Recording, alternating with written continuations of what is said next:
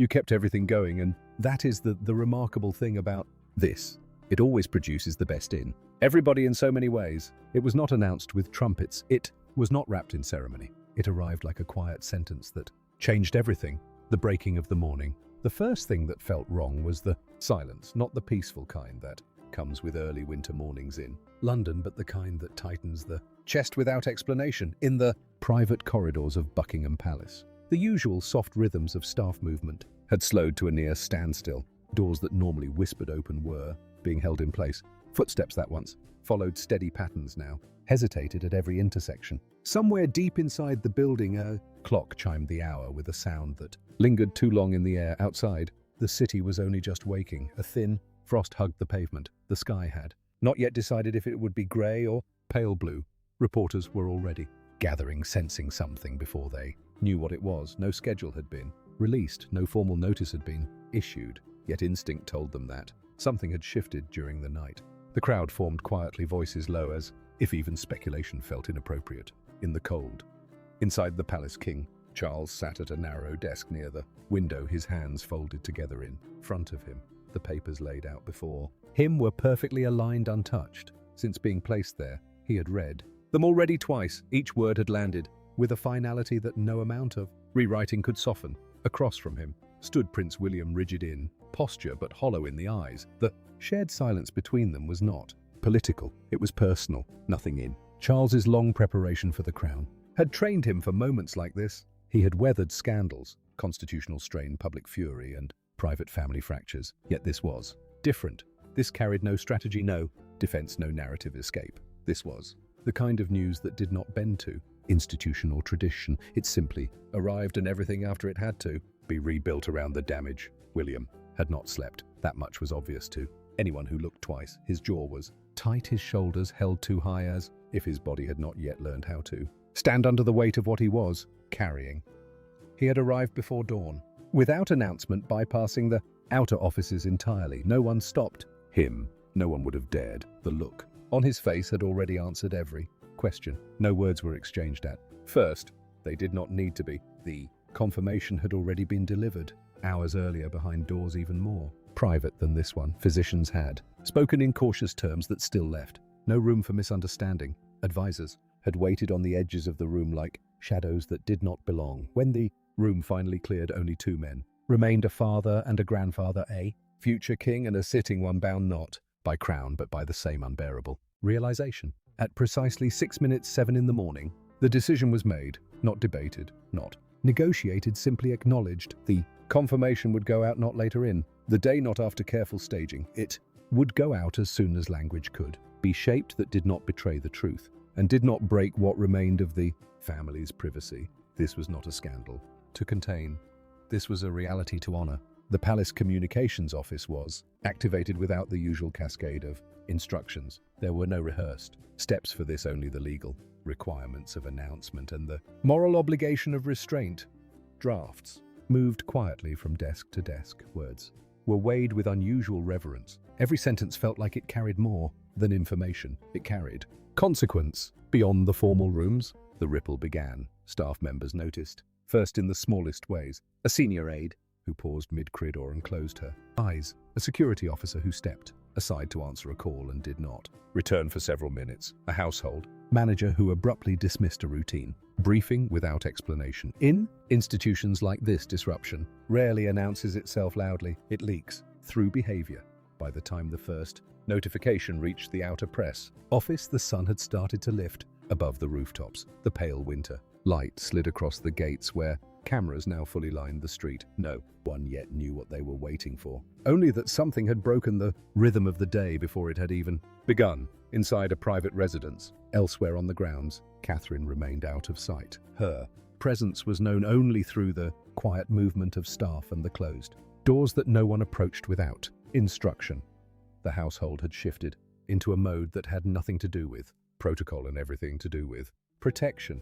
William had not seen her since before dawn, not because distance had grown between them, but because some moments demand solitude before they can bear witnesses. When the final version of the confirmation reached King Charles for approval, he did not correct a single word. He only held the paper for several moments, longer than necessary. Then he nodded. once. The gesture was small final, the kind of motion that ends a chapter. Whether one is ready for it to end or not, the public would soon learn that. Something tragic had been confirmed. They would analyze tone timing, wording. They would search for clues in what was said and what was not. But in that quiet room, none of that mattered.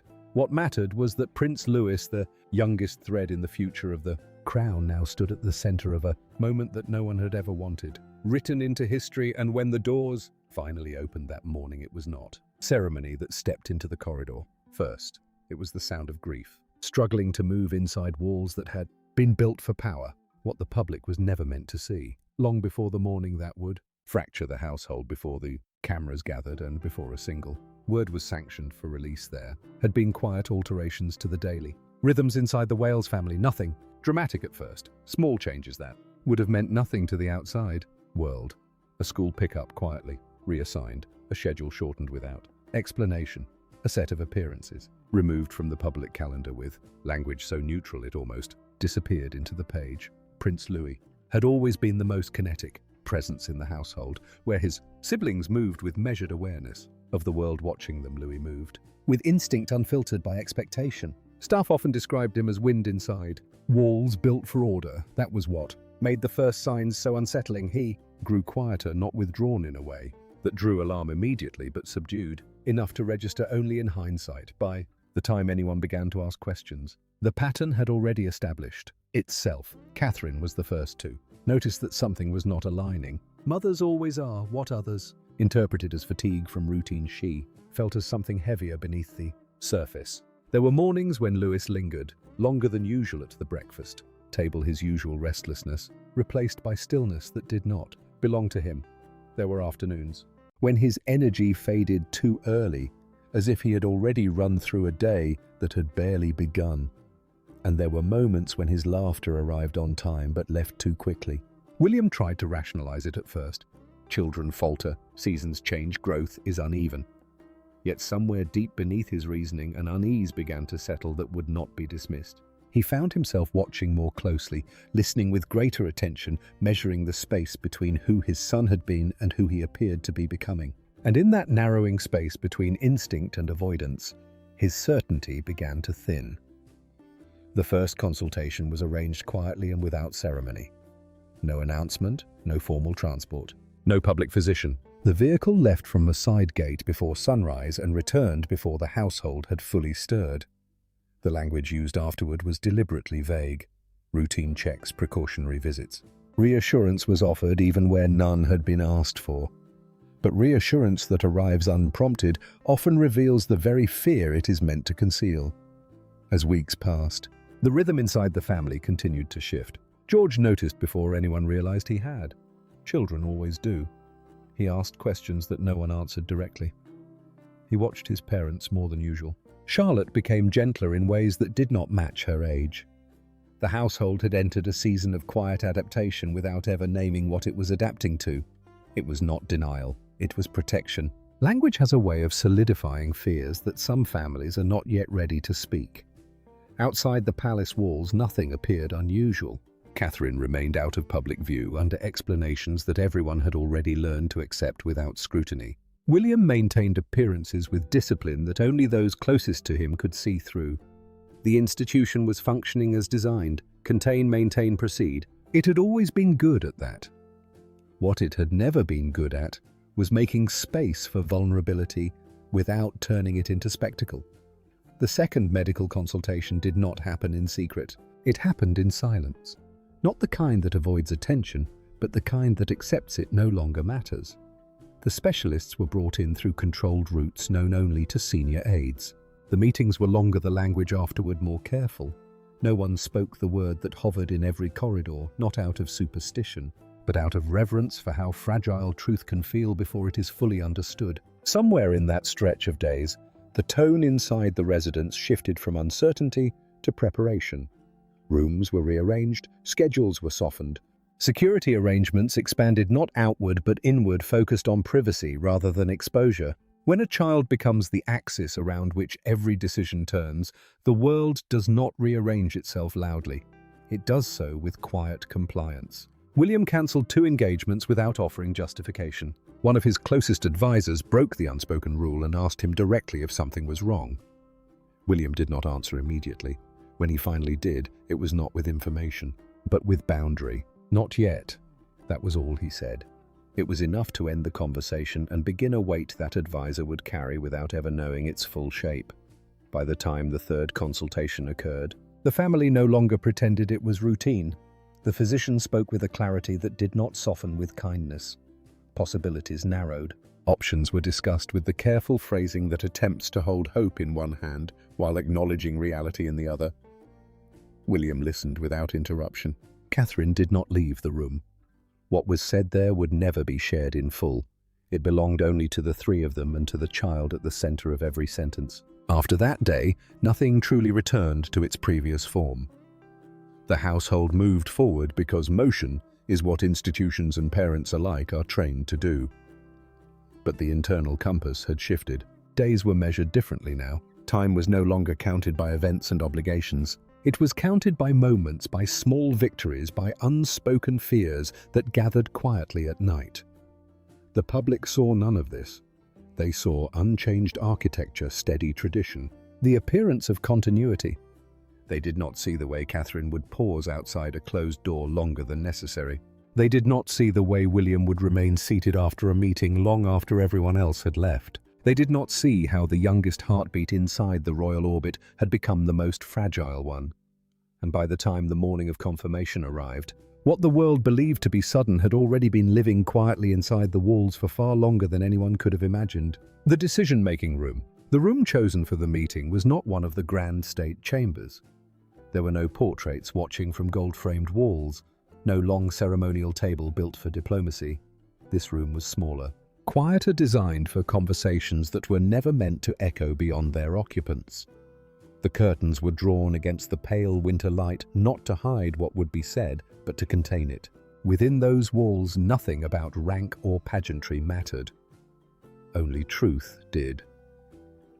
King Charles arrived first. He was already seated when the others entered, hands folded loosely in his lap, eyes fixed not on the door, but on a single point of shadow along the far wall. He had been given preliminary updates in stages over the preceding days, carefully measured phrases, conditional language, probable outcomes. But this morning would be different. This morning would remove the last remaining distance between uncertainty and knowing. Prince William entered without escort. No advisor followed him inside. No aide closed the door on his behalf. He did it himself with a control so deliberate it bordered on fragile. He took the seat closest to the physicians, not across from them, not in opposition, but beside the truth he already felt pressing against his chest. Catherine was not present. This was not because she was excluded. It was because she had already heard enough to know that this room would change them all. The lead physician spoke first. His voice was calm, not cold, not emotional. Calm in the way that only those who have delivered unbearable news many times can manage. He did not begin with comfort. He did not begin with apology. He began with clarity. Tests had confirmed what had until now remained suspended impossibility. The condition was real. It was not transient. It would progress. Charles closed his eyes for a brief moment, not long enough for anyone to see it as collapse, only long enough to absorb what royalty does not protect anyone from hearing. When his eyes reopened, they carried no performance, only the quiet devastation of a man who had lived long enough to recognize the sound of life dividing itself into before and after. The physician continued. Options were reviewed, each one measured in weeks and months, not decades. The language remained precise, clinical. Yet underneath every sentence ran the unspoken certainty that the future now belonged not to ambition, but to survival. William did not interrupt. He asked no questions at first. His hands remained steady on his knees, but his breathing had changed. Slower, more deliberate, as if he were rationing air against something rising inside him. When he finally spoke, it was not as a prince. It was as a father. He asked how much time. The room did not respond immediately. Respond imid. Silence settled again, not from avoidance, but from the weight of the truth reshaping itself into words that could be borne. When the answer came, it did not carry exact numbers. It carried ranges. It carried uncertainty framed inside probability. It carried enough truth to remove illusion while leaving room for grace. King Charles asked one question only. Not about treatment, not about prognosis. He asked if his grandson was in pain. The physician answered carefully, "Not now in the way that pain is often imagined." Not yet, but the road ahead would not be gentle. That answer landed harder than any numerical forecast. Charles nodded once. He had lived through illness enough to understand the sentence beneath the sentence. The meeting did not last long. There was nothing more to debate. No vote to be taken, no policy to be built. Decisions would come later about disclosure and timing and protection of privacy, but the core truth had been delivered. And once a truth like that enters a room, it never leaves with the people who exit. It stays. It alters the walls. When the physicians departed, they did so quietly. No reassurance was offered, not because there was none, but because reassurance belongs to those who live with consequences, not those who explain them. William remained seated long after the door had closed. Charles did not rise. The space between them had changed. They were no longer simply father and son navigating a crown. They were two men bound by the same fear of outliving a child they loved. William spoke first. His voice did not break. That was its own kind of breaking. He said they would protect Louis from becoming a public headline. He said there would be no speculation, no controlled leaks, no gradual conditioning of the press. He said when the time came, the truth would be spoken cleanly or not at all. Charles agreed without hesitation. The monarchy had survived by managing narrative, but this moment belonged to mercy, not optics. It was decided then that Catherine would not be forced into public appearance while the ground beneath her was still shifting. It was decided that George and Charlotte would be told in words chosen by their parents, not by protocol. It was decided that the weight of the institution would bend around the needs of a child rather than the other way around, even if only for a season. When William finally stood, the room felt emptier than it had before the others arrived. Charles remained seated. There are moments when even kings are left without posture. He would later walk through halls lined with history and lineage and power, but he would do so carrying something none of them had ever prepared him for. The possible loss of the youngest future, the crown still held. Outside the room, the palace continued its quiet operations.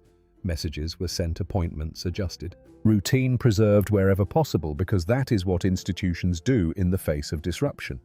They proceed. But from the moment that door opened and closed again, no procession, no ceremony. No season of celebration would ever feel untouched by what had just been confirmed within those walls. And somewhere beyond those walls, unaware of the words that now governed every breath around him, Prince Louis continued his day inside a household that had just learned how fragile its future could be, the child at the center of the crown. Before the world ever learned his name as a headline, before the weight of consequence pressed itself into rooms built for power, Prince Louis had been known inside the household for something entirely different. He was motion. He was noise. He was the unpredictable spark in rooms shaped by routine. Where his siblings learned early the discipline of visibility, Louis learned joy without permission. He danced in corridors meant for formality. He laughed too loudly at moments when silence was expected. He reminded everyone without intending to that the monarchy still had room for childhood. Staff had always spoken about him differently, not with reverence, with affection. He asked questions that did not wait for answers.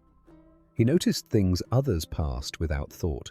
He once stopped an entire security procession because he wanted to show a guard a drawing he had made. The delay created a ripple of controlled panic that dissolved the moment the guard knelt down and accepted the paper with a smile. Moments like that lived in the quiet memory of the palace. Unrecorded, unmeasured, human. Catherine had often said that Louis felt the world first and understood it later. He did not approach life with caution. He approached it with commitment. When he ran fully. When he laughed, it filled rooms that had long ago learned to contain sound. When he cried, it was not rehearsed. It was pure. Even William, trained from childhood to measure his reactions against cameras and consequence, allowed himself to be unguarded around his youngest son in ways he never could. Elsewhere, in the earliest weeks of what would later be understood as decline, those bright edges softened. It was not dramatic. It was subtle enough that it could have been mistaken for ordinary fatigue. But Catherine noticed how he no longer surged through rooms with the same reckless confidence, how he paused before climbing stairs that he once sprinted up, how he leaned against her more often, not for attention, but for grounding. There were still days when he seemed unchanged, days when laughter returned in full force and the household exhaled in collective relief. On those days, hope felt not like denial but like oxygen. The adults around him learned to live in those small mercies without interrogating them too closely. When a child smiles in the middle of fear, you take the smile. You do not ask it to justify itself. George began to sit closer to him, not instructed, not prompted, just drawn by instinct to protect what he could not yet name. Charlotte watched more quietly. She had always absorbed rooms in silence. Now her awareness sharpened. She learned before anyone taught her that something inside the family had shifted its balance. William struggled most in the spaces between public duty and private dread. At home, he was a father holding time as carefully as possible. In public, he was still the heir moving through engagements that continued regardless of who inside the palace needed him most. The separation was not only logistical, it was psychological. He learned to step out of grief at a doorway and step back into it hours later, as though switching between worlds that did not acknowledge one another. Catherine did not make that division. She remained inside the emotional center of the household without constructing distance. She was present in every moment that allowed presence at bedside, at meals, at quiet hours, when no audience waited beyond the wall. If there is a language that mothers speak when words fail, she spoke it fluently through touch, through stillness, through patience that never announced itself as strength. For Louise, the world continued as it always had, at least on the surface. Lessons still happened. Stories were still read aloud. Games were still played at a slower pace. No one told him yet what time would later explain on its own terms. Children understand more than they are told. But sometimes protection lies not in information, but in allowing innocence to complete its own season. There were moments when he asked questions that hung heavier in the air than they should have. Questions about why he felt tired, why he did not want to run the way he used to, why everyone watched him sometimes when they thought he was not looking.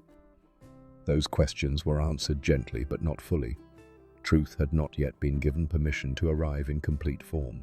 In the evenings, when the lights dimmed and the palace quieted, Catherine often remained awake longer than necessary, not from fear alone, but from the awareness that these moments were being counted now in a way they never had been before. Each laugh, each story, each slow step toward sleep. Time had become something sacred and fragile instead of something promised. William sometimes stood outside the doorway and listened rather than enter, not because he wanted distance, but because he did not always trust himself with the sight. The idea of memorizing his son in the present felt like a betrayal of the belief that childhood should stretch forward endlessly, and yet some part of him already understood that memory was becoming as important as hope.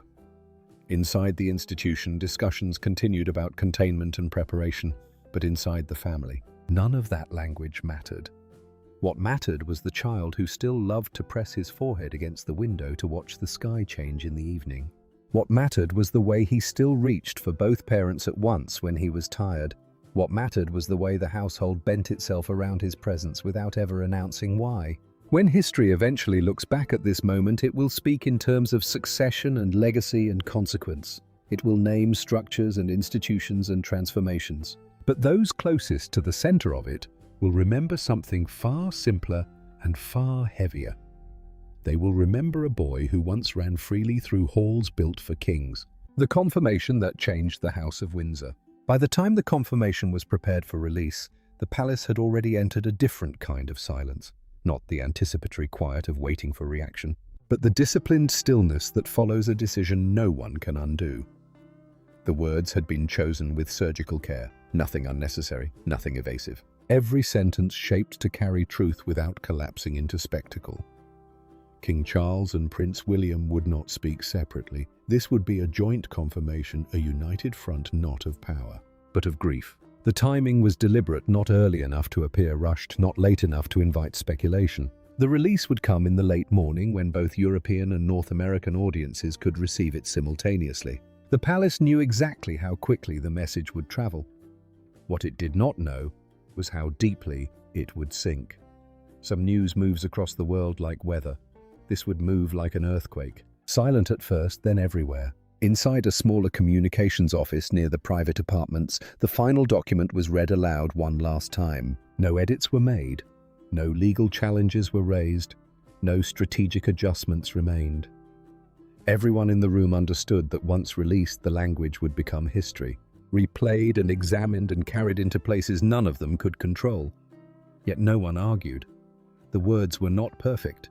They were simply honest. Catherine did not read the final version before it went out. That was a conscious choice, not from exclusion, but from self-preservation. Some truths are easier to live with than to read. William did read it. He stood alone by a window while doing so. When he finished, he did not react outwardly. He only folded the paper once and placed it on a table as though it was something that deserved rest. When the confirmation was released, there was no build-up, no preview, no leading speculation.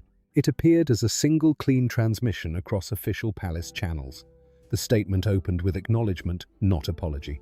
It confirmed that the King and the Prince of Wales were making the announcement together. It stated that Prince Louis had been facing a serious medical condition that had required ongoing care and protection. It confirmed that recent changes in the family schedule had been made in service of that reality.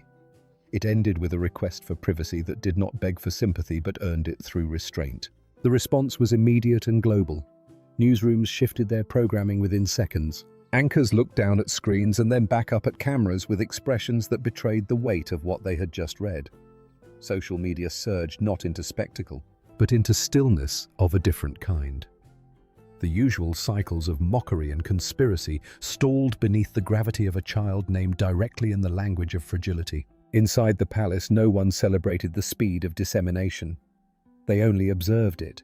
Screens glowed silently in offices that had gone undisturbed for hours. Aides watched the numbers climb without comment.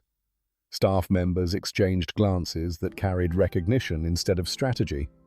This was not a moment to analyze impact. It was a moment to absorb consequence. William and Charles did not appear publicly that day. There were no photographs released, no recorded addresses. The institution did not attempt to frame the moment with image. It allowed the words to stand alone. That in itself was unprecedented. The monarchy had always understood the power of visibility.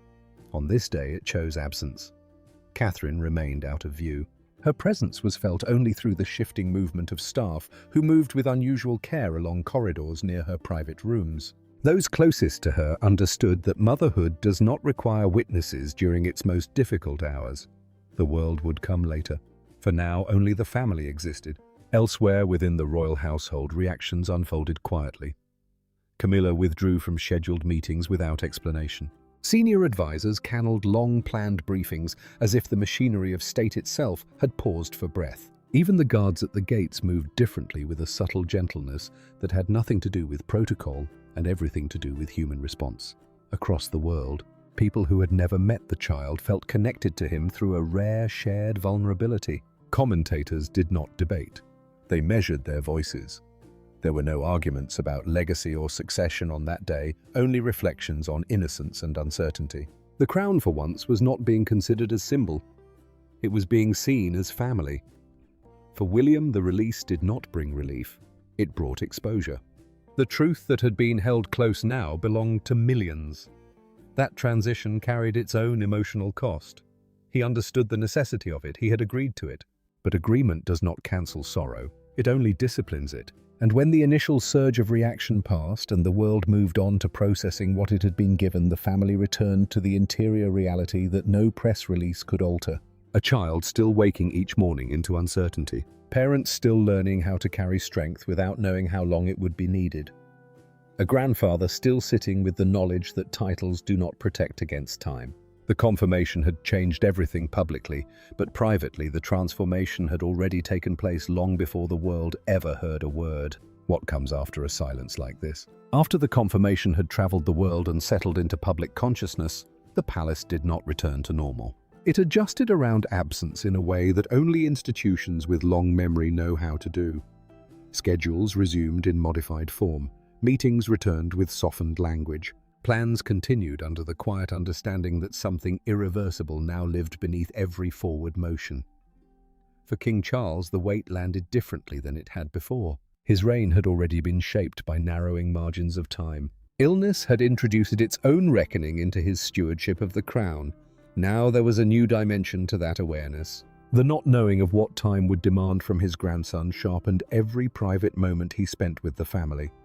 He did not wear this publicly. He carried it in the stillness between official duties where kings are finally allowed to be grandfathers.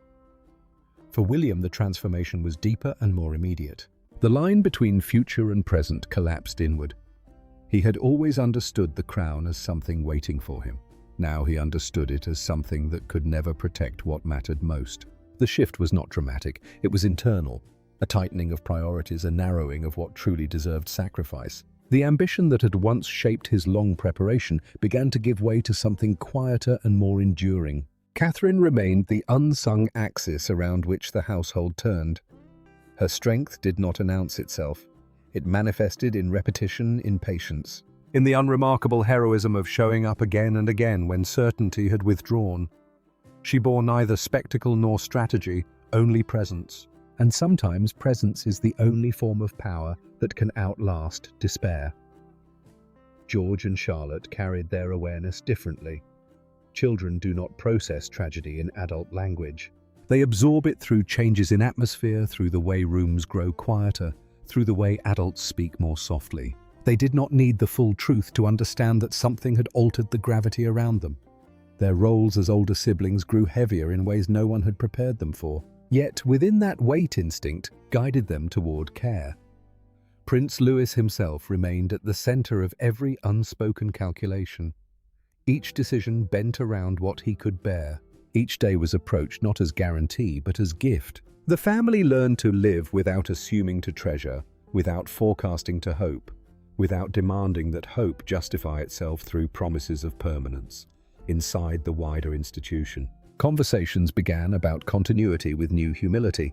Succession had always been discussed in terms of inevitability. Now it was approached with awareness of fragility.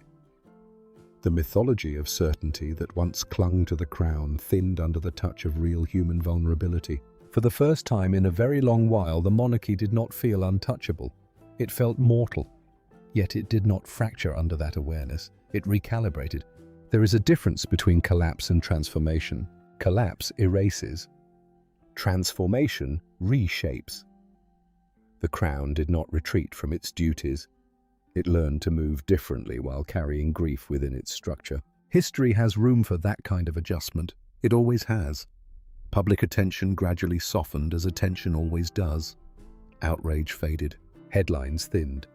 New stories claimed their space on the endless scroll of time. But the family remained where it had always been since that first quiet shift months earlier. Inside the slow daily rhythm of uncertainty and care. Outside the reach of spectacle. Inside the permanence of love, somewhere within those walls, a child still watched the sky change each evening. Still reached for both parents at once. Still laughed when his strength allowed. The world might one day measure this season in numbers and outcomes and legacy. But within the home, only moments mattered. And sometimes moments are the only legacy that truly survives. There are stories that unfold loudly, and there are stories that unfold quietly. This is not a story of scandal or spectacle. It is a story of a family confronting the limits of power, the fragility of youth, and the truth that not even a crown can command time. Whatever comes next will not erase what has already been lived. The silence that arrived with this confirmation now lives inside Britain's oldest institution, not as weakness, but as reminder. A reminder that behind every title is a heartbeat, and behind every throne is a family that, like all others, walks forward without certainty into the unseen.